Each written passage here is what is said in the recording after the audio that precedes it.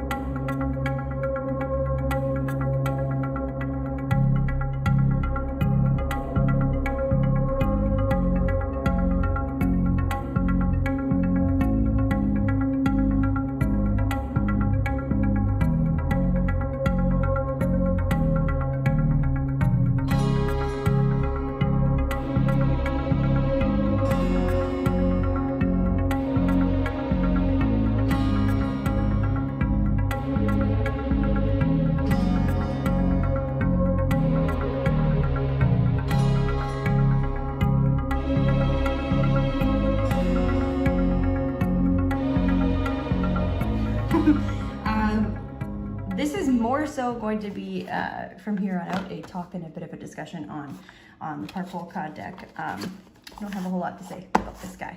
Beautiful, lovely. You can see how much it's been used. The box is completely falling apart. Anyways, so where I think this deck shines. I think the Major Arcana is stunning. I think the Suit of Cups is incredible. I really like, sorry, let me zoom this out a little bit. We're back, okay. Yeah, so the Suit of Cups here, as you can see, apart from really the 10, was very traditional to the standard Marseille style, right? Like we have the same symmetry, we have, the little bit of embellishments to work with, and I really love how in this deck they've chosen a color palette as the background for each. So, we have the burgundy purple here in the cups, and then we've got the swords are green, we had the coins are blue, and the wands were the red. Here, yeah, there we go. So, I really think they nailed it, in my opinion, in terms of readability, deck over deck for being a Marseille reader. The coins, Suit of Coins and the Suit of Cups, fabulous. Very, very easy to translate, just a little bit of something else. What I find a little bit challenging, and I imagine it kind of came out quite clearly, is the swords. So, can we just talk about her though? She's the reason I bought this deck. I usually, everybody has a few different cards that they'll look at in a deck before they buy it. Queen of Swords is always one for me, and the fact that her head is cut off, fabulous. Okay, while we're here, just for a quick second, let me just tell you what it says in the book here on the Queen of Swords. And in relation, okay, here, I'll tell you what it says about the King of Swords. So here he says, the King of Swords, a meticulous man who weighs his decision. On its own represents repression, police, justice, the law. And then it says with X. It's an interesting little guidebook, but it shows you how the different cards can relate. So it's in this particular deck, it says the swords are influenced by the Wheel of Fortune. So it says with the Wheel of Fortune, sometimes a protector, but mostly harmful, especially if the consultant is a man. Then, when we says with the Queen of Swords, it says authoritative woman, morbidly obsessed by other people's opinions. On her own, poisons the life of people surrounding her. And then with the Wheel of Fortune, things get better if the consultant goes away on a journey. Anyway, had to dive into those two because I did a quick little flip through the guidebook there, just reading some of the cards. So anyways, but what I wanted to talk about is the Suit of Swords.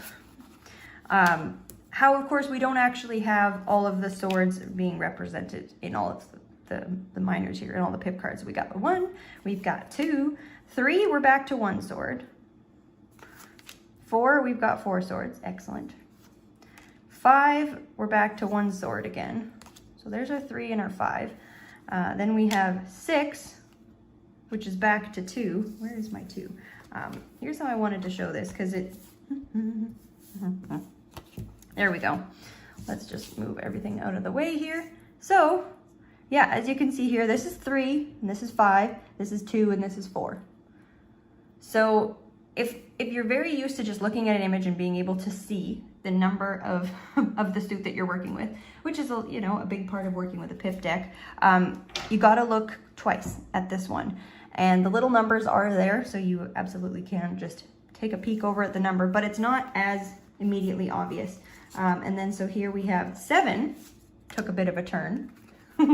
And then we have 10, which is almost kind of Rider weighty, with the stabbing into the, I've been calling this thing an umbilical cord, because honestly, it just really looks like that. especially in our extra card here, but I digress. So then we have here, this is card 9 and card 8. So if I move all these out of the way, where we all sort of just have a single sword, which, I don't know. I'll have to just work with this a little bit. Like I said, this is a very new deck, but here we have 1, 3, 5. This is 9. Oops, sorry, let me put these in the order. 5, 6, 7, 8, 8, and 9. So, that would just take a little bit of getting used to. You can absolutely work with the number there. And of course, there's enough going on in these cards that they don't all look exactly the same. They've got the beautiful embellishments, and it's just, I think it's really neat. It's very different. What I'm looking for at this point in my tarot collection, which I've probably said on other videos, is I don't want clone decks of each other. I'm not looking for things to completely repeat. So this one definitely has a little bit extra going on. So that's the Suit of Swords. Now let's pop back over to the batons or clubs or wands or whatever one wants to call them. So this is also an interesting suit. Where are my wands? Here we go. Okay, so 1, looking nice and traditional. 2, that's cool, you know, I like that we've got the 2 hands that we can work with there. That's very neat. 3, and then 4. Interesting again, because we've got the 1 hand. The hand is bleeding. Lots of bloody things in this deck. I even thought that was kind of funny with the Page of Wands there, how his his wand is bleeding from the, or his baton is bleeding. But then, okay, so this is where things get interesting. 5 is fantastic. I really like that with all the stabbed heads there. Then here we have 6, which is interesting how we've got them all coming together at the end. 7, where we kind of just sort of have 1 with some spirally bits. Like, you know, it just that immediate recall, if this is a deck you're just picking up and reading with, I would see that and I would probably start proceeding with an Ace of Wands sort of a style. But, you know. Anyway, let's keep going. So then here we have 7. Oh no, that one was 7. 8. So we have 1, 2, 3, 4, 5, 6, 7, 8. At least they're all the different little arms, and that makes some sense there. Here is 9. 1, 2, 3, 4, 5, 6, 7, 8, and 9 being the 9th little nub. So that's, you know, interesting looking at from the 8 to 9. And then 10. We have 1, 2, 3, 4, 5, 6, 7, 8, 9. Am I counting that wrong? Ah, this one splits into 2. How precious. 1, 2, 3, 4, 5, 6, 7, 8, 9, 10. There we go. Okay, because I did not, I hadn't counted that before. Anyways, so you can see the suit of wands. So I guess our if you're going with the traditional sense that the wands and the swords are masculine suits, they are done not as a complete kind of mirror image that we see so much of the regular Marseille style, as you saw with the cups and the coins. I won't go through that again because it's already all in the video. Other things that were kind of interesting to note on this one, we have our Page of Cups sitting here as his head is in a cup. I thought that was hair on there or something. Nope, it's got a little line. So what does he have to say? Let me just read this one out of the little book, because these little book is a bit of an entertaining ride. So let me see what he has to say. Queens, so that is our Knave of Cups. Knave of Cups. Yes. Okay. So it says a passionate and fickle young girl on its own, breaking away of the beloved sentimental mistake. Interesting. And then so it's paired with 15 in this deck. So the Devil card, and it's also saying cups. So cups are influenced by the devil and the world, according to this deck. This is not a system I've heard of before, but I'm curious to see what the little book has to say. So yes, so she says, paired with the devil, curbs base instincts and checks hitherto uncontrollable impulses. So then with the world, it says more security, more freedom. Anyway, cute, funny little book. They were very nice to the cup court other than that. Because I mean, you have our Queen of Swords where we showed before. She's got her head chopped off. She's beautiful. I mean, the king, they were nice to, in a sense, to these 2 kings, but our poor King of Wands. I mean, this is so fabulous. I love the heck out of this. And then this is interesting as well. So here we have our Knight of Swords, but then look at the Knight of Cups. I think that will make some people happy, because I know some people in the tarot community that just don't really like the Knight of Cups in general, but here he is knocked off his horse and looking a little scared. It's quite interesting. This deck is really quite something. And then here we have our, oh, can we talk about as well this one? the Page or the Knave of Coins sitting there puking up money. I mean, I love this deck. This is absolutely everything I was looking for in terms of a deck that's not a repeat, that has got something else going on. I really do tend to gravitate towards decks that are considered, quote, creepy or dark or disturbing or whatever. And I mean, everybody in the major looks either angry or terrified or passed away or struggling or, you know, cool, creepy. I love him. I mean, they've just, like, look at his poor face. I don't know. I love the heck out of this deck. I think it's really got something special to offer. Like I said, I did a couple of readings with it last night. Absolutely blew my mind in many different ways. Oh, and I didn't show the back. Sorry about that. Here we are. So the back is not fully reversible because we've got these little skulls here with the little umbilical cord situation kind of going out. So it's not completely, you know, see, it's not bad if you were shoveling in reversals, but the back itself is not completely reversible, like the CBD deck is. And then the card comparison size as well, I think they are like bang on. Ooh, okay, let me get, oh, they've all got white borders. I can show how, okay, so the Par Polka deck is just a little bit wider. So very similar card size. Yeah, anyway, so this is this beautiful deck. I wanted to do this as my October card comparison video because of course this is just dark and disturbing and all the rest. I love it. It's a great deck. Like I said, I've only had it just for a very little bit of time. So this is more of a initial impressions kind of a video than a full-on review. But you got to take a look at the artwork. Let me know if you've seen this deck before. If you have it, would you buy it? What do you think of the interesting way they put together the suit of swords and batons? Love to hear your thoughts. But yeah, so I think that's all I have to say about this deck. I love it. It's great. We can put a link down below to the eBay shop where the creator is selling it if you're looking at picking up a deck. But other than that, thanks for watching and we will catch you again next time.